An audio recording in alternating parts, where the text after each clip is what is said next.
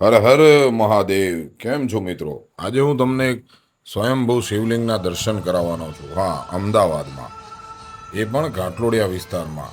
આવતીકાલે શ્રાવણ મહિનો શરૂ થાય છે, તો મને એવું થયું કે ચલો હું તમને મહાદેવના દર્શન કરાવું. મંદિરમાં જતા જ જમણા હાથે ગણપતિ દાદા બિરાજમાન છે. બહુ સરસ દાદાની મૂર્તિ છે.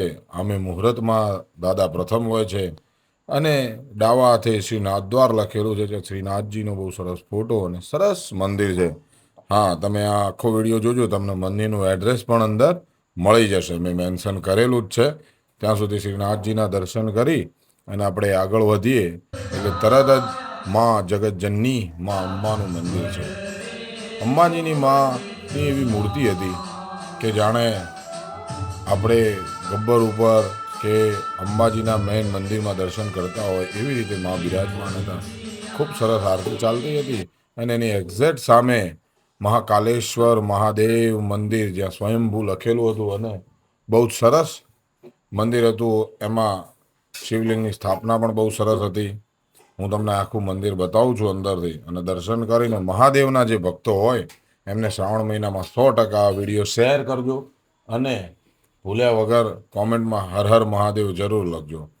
આ છે શિવલિંગ, જે કોઈ જગ્યાએ સ્વયંભૂ હતું અને ત્યાંથી અહીં આ શિવલિંગની સ્થાપના કરવામાં આવી છે. એવું મને બહાર જે મંદિરની બહાર જે ભાઈ પ્રસાદી આપતા હતા એમને મેં વાત કરી, એટલે એમને મને આ વાત સમજાવ્યું. ત્યાં મેં અને રાજદીપે દર્શન કર્યા અને ત્યારબાદ દાદાને નમન કર્યા અને પાર્વતીજીના દર્શન કર્યા, અને રાજદીપ પણ આવ્યો હતો. તો રાજદીપને તો મહાદેવના દર્શનમાં ખૂબ રસ હોય છે.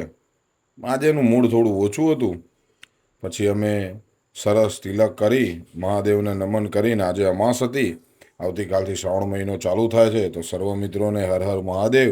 અને તમે આ મંદિરના 100% દર્શન કરજો. આ મંદિર ક્યાં આવેલું છે એ એડ્રેસ પણ હું તમને જણાવું છું. ત્યાંથી તમે આ મહાદેવના દર્શન કરી અને આશીર્વાદ લેજો. સત્તાધારની નજીક જ્યાં કાલુપુર બેંક છે એની એક્ઝેક્ટ સામે એક રોડ જાય છે, જે અર્ચન પાર્ટી પ્લોટ છે એની સામે આ મંદિર આવેલું છે. તમે મંદિરમાં મહાદેવના શિવલિંગની બાજુમાં મહાદેવની સરસ મૂર્તિ પણ છે અને ત્યાં સામે હનુમાનજી બિરાજમાન છે. તો મિત્રો, આવા જ વિડીયો માટે આપણી ચેનલને સબસ્ક્રાઈબ કરજો અને મહાદેવના ભક્તોને શેર જરૂર કરજો. હર હર મહાદેવ.